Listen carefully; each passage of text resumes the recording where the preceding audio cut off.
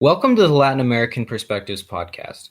My name is Alexander Scott, Outreach Coordinator at Latin American Perspectives. Today we will be discussing the main theme of the 2019 January LAP issue, Latin America's progressive governments, separating socioeconomic breakthroughs and shortcomings, with LAP editor Steve Ellner. Steve taught economic history at the Universidad de Oriente in Puerto La Cruz, Venezuela, from 1977 to 2003. As well as in the university-based Misión Sucre. He is a participating editor of Latin American Perspectives, the editor of the book Latin America's Radical Left, Challenges and Complexities of Political Power in the 21st Century, published in 2014, the author of the book Rethinking Venezuelan Politics, Class Conflict, and the Chavez Phenomenon, published in 2008, co-editor with Miguel Tinker Salas of Venezuela, Hugo Chavez, and the Decline of an Exceptional Democracy, published in 2007, and co-editor with Barry Carr of The Latin American Left, From the Fall of Allende to Perestroika, published in 1993. Hi, Steve. It's a pleasure to have you finally speaking here with me. How are you doing today? Good. How about yourself, Alex? I'm doing really well, thanks. So just to start, could you briefly summarize for our listeners the main theme of this upcoming January issue? Sure. The issue deals with the phenomenon of progressive governments that came to power in a number of countries in Latin America in the early 21st century, beginning with Hugo Chavez in Venezuela in 1998.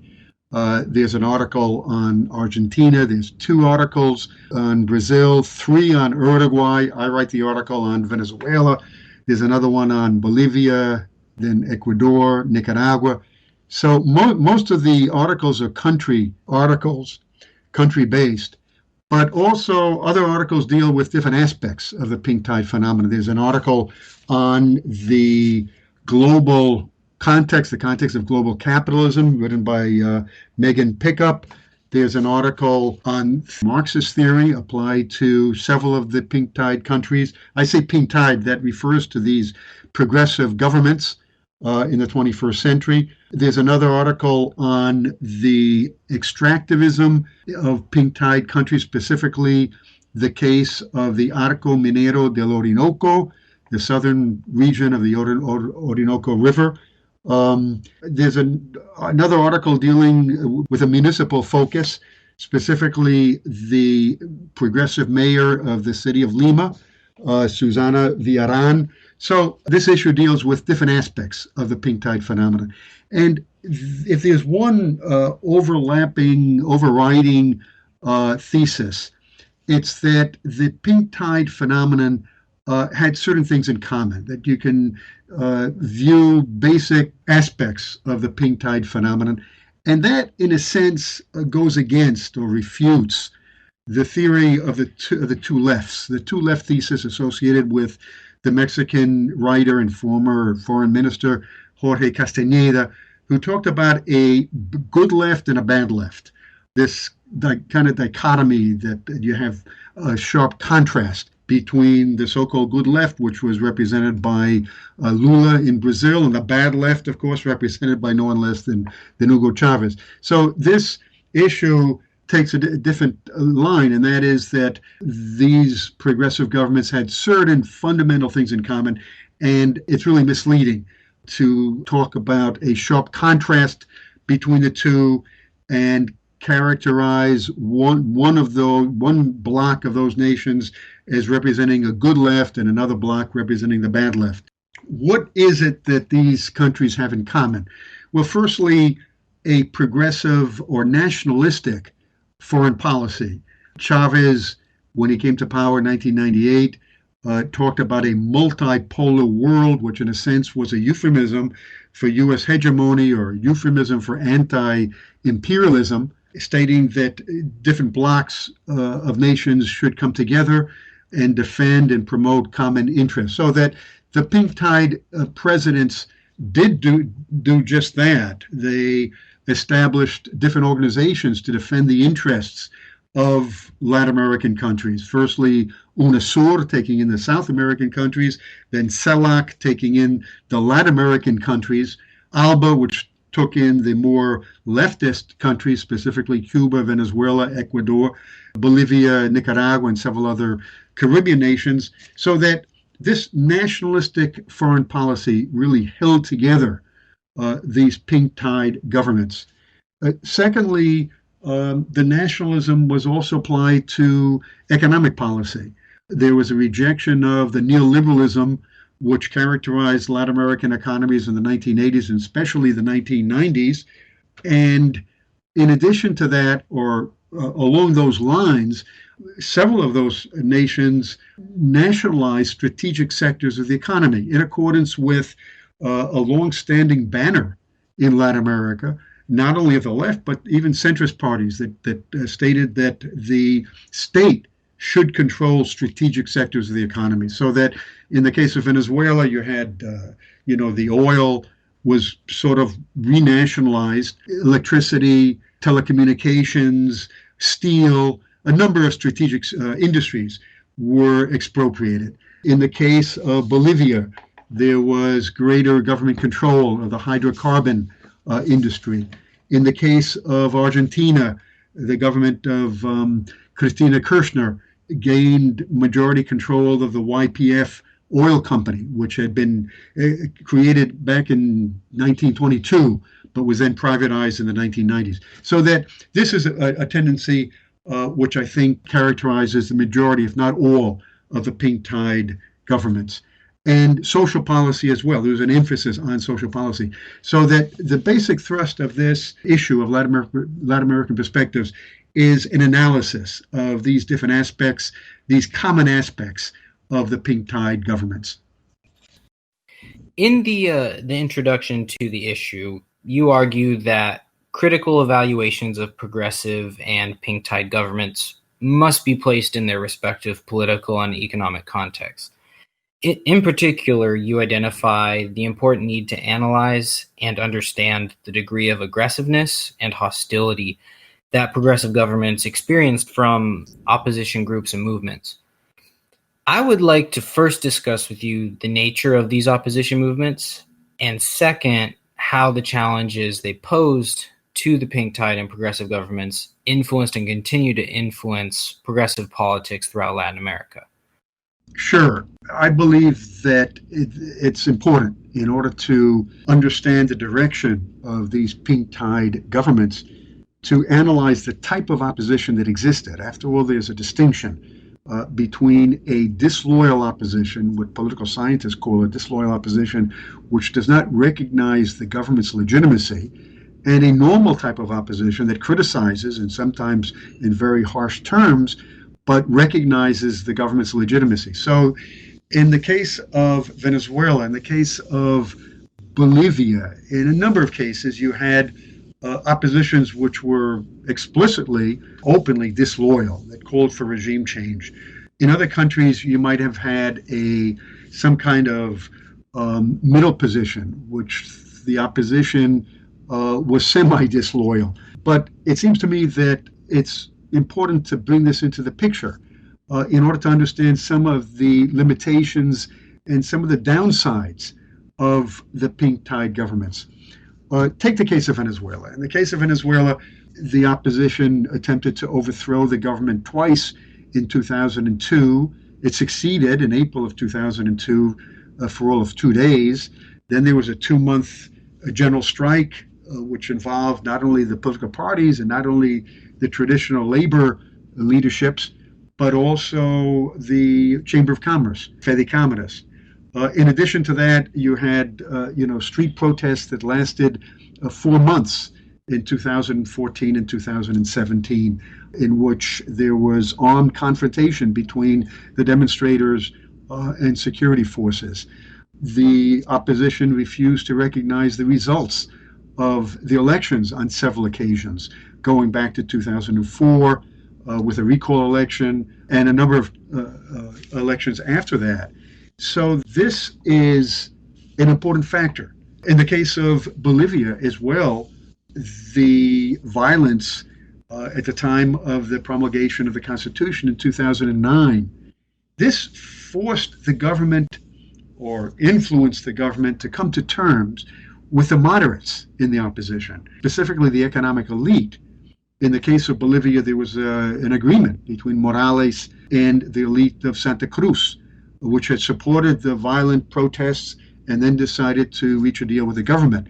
So, as Linda Farthing discusses in her article on Bolivia, this influenced government policy. And, these agreements always come with a price. They're not free. There's always something that the government has to agree to, some concession.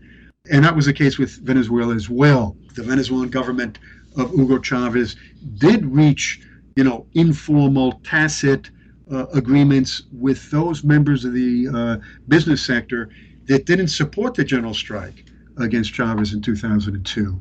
But in some cases, these agreements were successful and perhaps you could argue necessary from a political viewpoint, at least in the short run. But in the long run, it meant that the government ended up toning down some of its long-term goals. And in some cases, these agreements were conducive to corruption. So that it seems to me that the defensive strategy, which the government was forced to carry out, was due to the fact that the opposition was a disloyal opposition. It had immense resources because of the close tie-in between the political opposition and the economic elite. The political opposition was also supported by Washington, so it had immense resources, and as a result, the government pursued a defensive strategy. Chavez at one point made the statement, all revolutions need the whipping boy of the counter-revolution in order to move it forward. And I think that what happened in the case of Venezuela and Bolivia, and other countries perhaps to a lesser extent, was just the opposite. That the counter-revolutionaries, with the resources that they had, forced the government to make certain concessions. These concessions were different in each country, but the end result was that their long-term goals were modified. And in some cases, as I said before, these agreements represented an unholy alliance. And one of the side effects was corruption. In addition to discussing the nature of opposition movements and how they've influenced and continue to influence progressive politics, you highlight two primary lessons that this issue offers regarding political strategies of progressive democratic governments in Latin America. Would you please describe these lessons for our listeners? Yes, I think that if what I stated before about the opposition and the need to analyze the type of opposition that existed and to recognize how the opposition, the disloyal opposition, forced on the government certain compromises, and that in some cases those compromises involved an unholy type of alliance which resulted in corruption and other negative features, then it seems to me that timing is essential because the political factor is essential. If the enormous resources of the opposition and the mobilization capacity of the opposition influences government policy and really determines outcomes, then the moment in which the government has the upper hand, that is the moment to try to correct some of these shortcomings, specifically corruption, which I just mentioned, that achieving certain objectives such as efficiency, combating corruption, etc., they're not that easy. Some people think that you combat corruption just by fiat, but the corrupt people have allies. And so when the government has the upper hand, that is the ideal moment to strike out and attempt to achieve certain objectives. And in the introduction to the issue, I refer to several of those objectives. One is to combat corruption and to guarantee efficiency. That means a struggle against bureaucracy.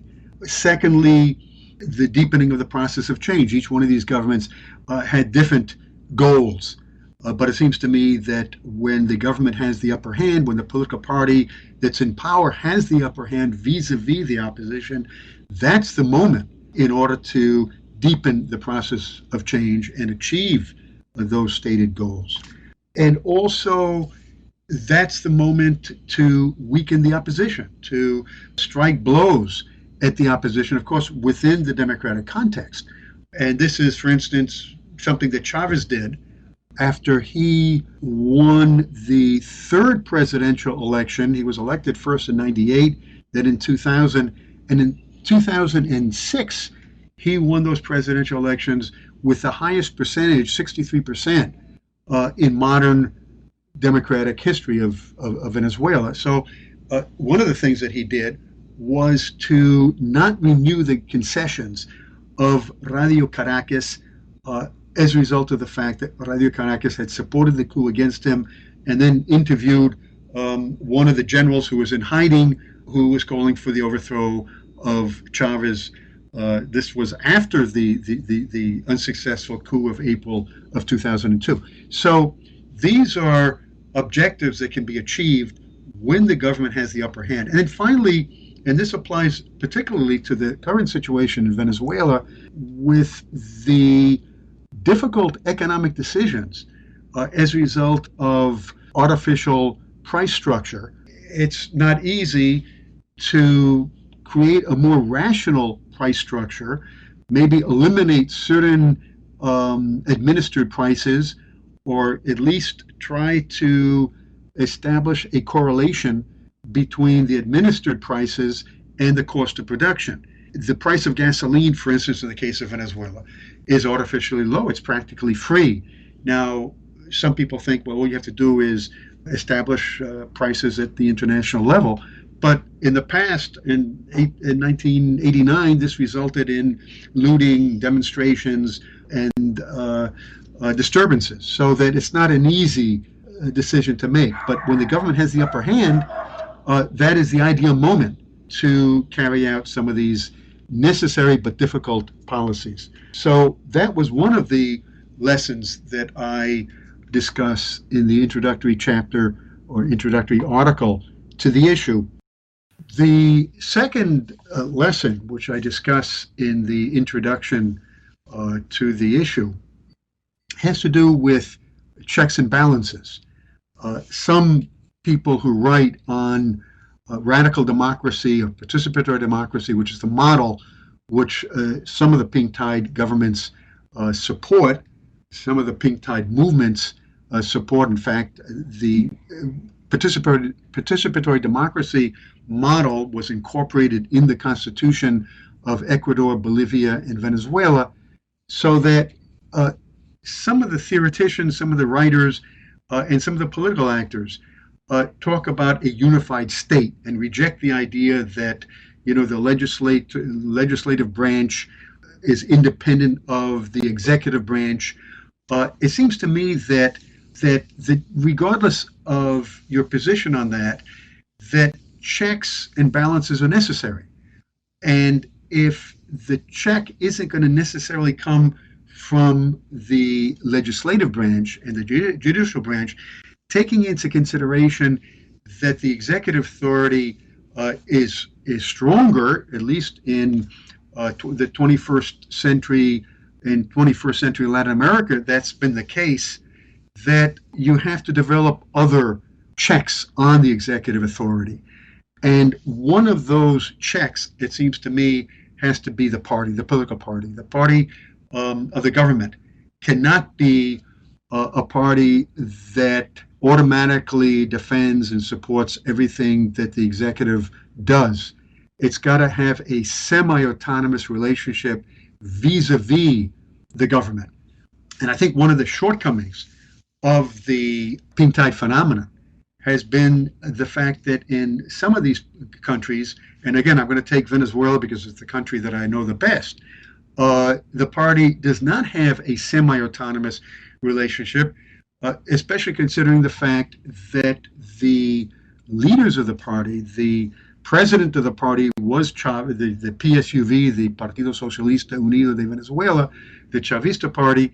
The president was Chavez, now it's Maduro, and the vice presidents have been almost invariably members of the government, be it ministers, congresspeople, and at the state level, governors, and at the municipal level, mayors. so that you don't have a separation between the state and the party. A truly democratic party that has participatory mechanisms so that the rank and file of the party can have their opinions heard, and those positions coming from the rank and file work their way up, that is a structure that has to be developed. And that's one of the shortcomings of the pink tide phenomenon. Although this may seem like an obvious question to you and many of our listeners, as someone who studies social movements, I'm curious to hear your perspective regarding the role of social movements to the rise and maintenance of progressive and the pink tide governments in Latin America. Yes, certainly social movements played a key role in the emergence of these pink tide political movements that gained power, beginning with Chavez in 1998. The best example is the case of Bolivia, where the movement towards socialism, MAS, emerged as a social movement. It began with the struggle of the coca growers in El Chapare, the department of Cochabamba, of Bolivia. Evo Morales was the leader of that movement of the coca growers, and MAS transformed itself into a political party, but continued to call itself and continues to call itself a movement as opposed to a party. So that it seems to me that, to understand the pink tide phenomenon, you have to analyze social movements and social organizations. In the case of Bolivia, it was an organization and a movement. In the case of Venezuela and Argentina, you had more spontaneous movements. The origin of the Chavez phenomenon, one of them is the Caracazo, the demonstrations, the protests that led to looting and then fierce repression in 1989. And that led into a wave of protests, of social protests on the streets of Caracas and other cities throughout Venezuela. In the case of Argentina as well, with the social protests that led to the resignation of Fernando de la Rua, that involved the popular sectors of the population as well as the middle class. So that social movements had everything to do with the emergence of the pink tide phenomenon. And I think that is important to understand the social thrust of the pink tide governments. The pink tide governments have emphasized in all the countries, in all of them, without exception, they have emphasized social programs, social objectives over economic objectives such as economic diversification and industrialization. Some of the critics of the pink tide governments some of the critics on the left who talk about neo-extractivism and argue that these pink tide governments really have not broken out of the hold of world capitalism, of global capitalism. And it's true. The criticism on that score is true. The dependence on the export of primary commodities continues unabated, but they downplay the plus side of these pink tide governments. And one of them is the social programs. They recognize that the social programs provided goods and services to the poor, and that's a plus. But it's a small plus because most of these scholars and most of these analysts don't recognize that the social programs, in addition to providing poor people with necessary goods and services, also promoted participation. The community organizations, the neighborhood organizations in Venezuela, in Bolivia, in Nicaragua, and a number of other countries, they not only proposed public works projects, not only did they decide on the priority projects for their communities, they solicited the funding. They overlooked the carrying out of those projects. They insisted on the hiring of workers, be it bricklayers, electricians, plumbers, and other skilled and semi-skilled and non-skilled workers, they insisted that the workforce come from their respective communities. And in some cases, they administered the funding for the public works. They carried out the public works project. They did the hiring themselves. So it seems to me that the social movements were very important to understand the emergence of the pink tide governments and also the priorities of those governments, the fact that they prioritized social programs, social objectives over economic ones. So for my last question, with that in mind, I'm curious to hear your perspective regarding the current state of the pink tide in Latin America and where you might see these movements going in the future. I think that, firstly, the staying power of the pink tide phenomenon has to be appreciated in order to understand the direction, where it's going from here. After all, many analysts claim that the pink tide is over, that there's a pendulum kind of phenomenon in which the pendulum moved to the left in the first early years of the 21st century. And now, over the last 5 or 6 years, it has moved pretty much to the center and to the right. And furthermore, they argue that the pink tide will leave no lasting legacy because, after all, the pendulum metaphor implies that really nothing changes. The pendulum just goes back and forth, and that's all it is to it. But I think it's necessary to compare the pink tide phenomenon with similar types of waves of change of governments, progressive governments, democratic governments in the past. After all, this is not the first time that this kind of wave took place. At the time of the end of World War II, there was a wave of fairly progressive democratic governments, progressive and democratic governments, such as in Venezuela during the period 1945 to 1948, in Peru, in Guatemala beginning in 44, in Argentina with Perón, in Brazil with Vargas. But in the case of the pink tide phenomenon, we're talking about more countries, and we're talking about a much more extended period of time. So I think that has to be appreciated. In addition to that, unlike these waves of the past, the pink tide governments had a sense of unity and solidarity. After all, the organizations that I mentioned with regard to an earlier question, UNASUR, CELAC, ALBA, etc., these organizations represented the unity of these governments that some of them were moderate type governments, others were more leftist governments. In the past, the moderates and the leftists have not always got along with each other. But in the case of Latin America, there were very good relations between Lula, a moderate, and Chavez, the more radical leftist. So that it seems to me that these considerations have to be taken into consideration in order to appreciate the staying power of the pink tide phenomenon.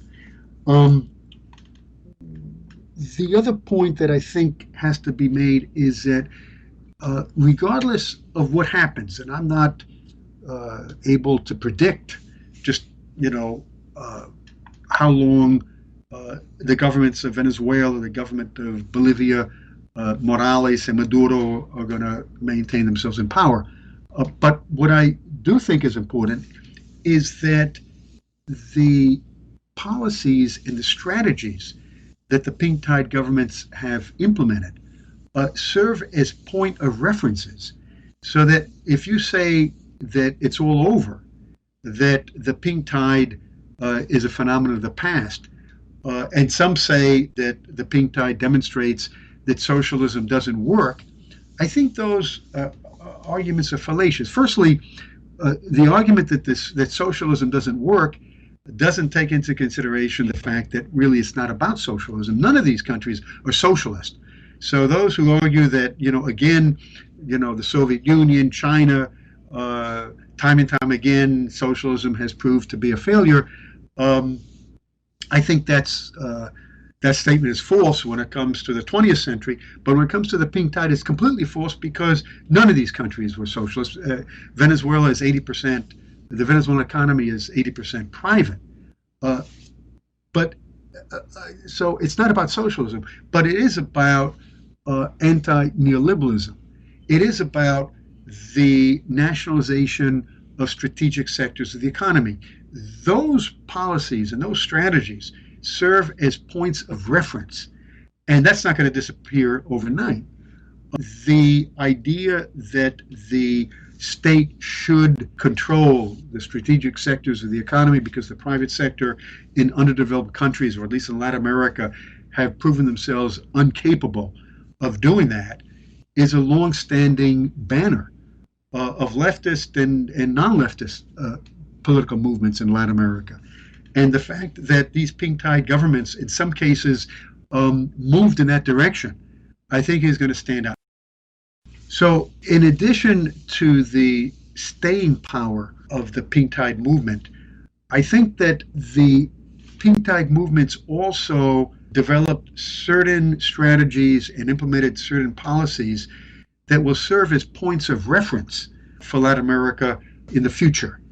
And so I think the argument of the pendulum metaphor, that things just go back and forth and the pink tide phenomenon now is something of the past, I think is passing over the fact that these strategies are a point of reference in discussion and debate and will continue to be so in the future.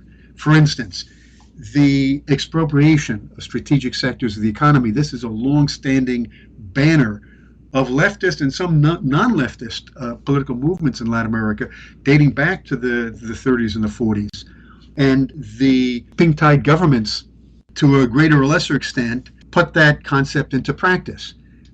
In the case of Venezuela, more so than in the case of other countries, but it was also the case of Argentina with the oil, Bolivia with the hydrocarbon sector, Ecuador with a number of companies that were expropriated, which weren't strategic in some cases, but was a corrective to the corruption that the company that was expropriated, the Isaias group, which was involved in corruption involving 195 companies. All those companies were expropriated by the government of Rafael Correa. So I think that this will serve as a point of reference. This is going to have a long-term impact on Latin American politics.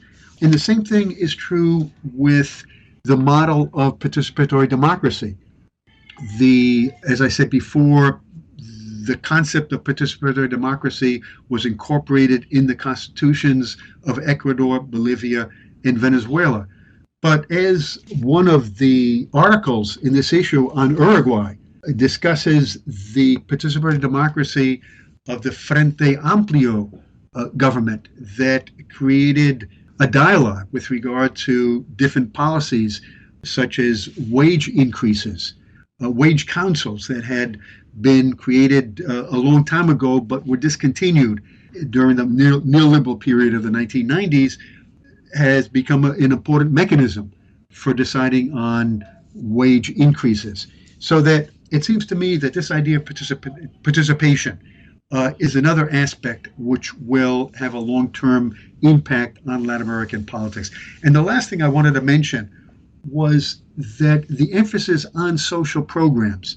You know, Chavez at one point stated, I am the president of all Venezuelans, and my job is to further the interests and the welfare of, the middle class, the business people, all sectors. But my preference is with the poor. My priority is with the poor because they need me the most. And I think that prioritization of social programs characterize all the pink tide governments, the emphasis on social programs.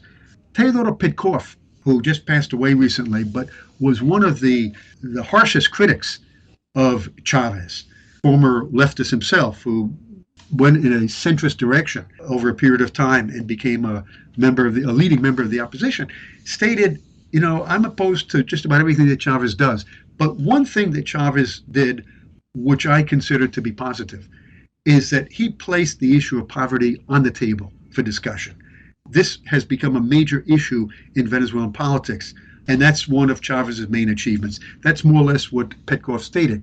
And so it seems to me that this is another issue that has been raised by the pink tide governments. It's another priority of pink tide governments that is going to become an important game changer for Latin American politics in future years. Unfortunately, due to our time constraints, we're going to have to leave it there.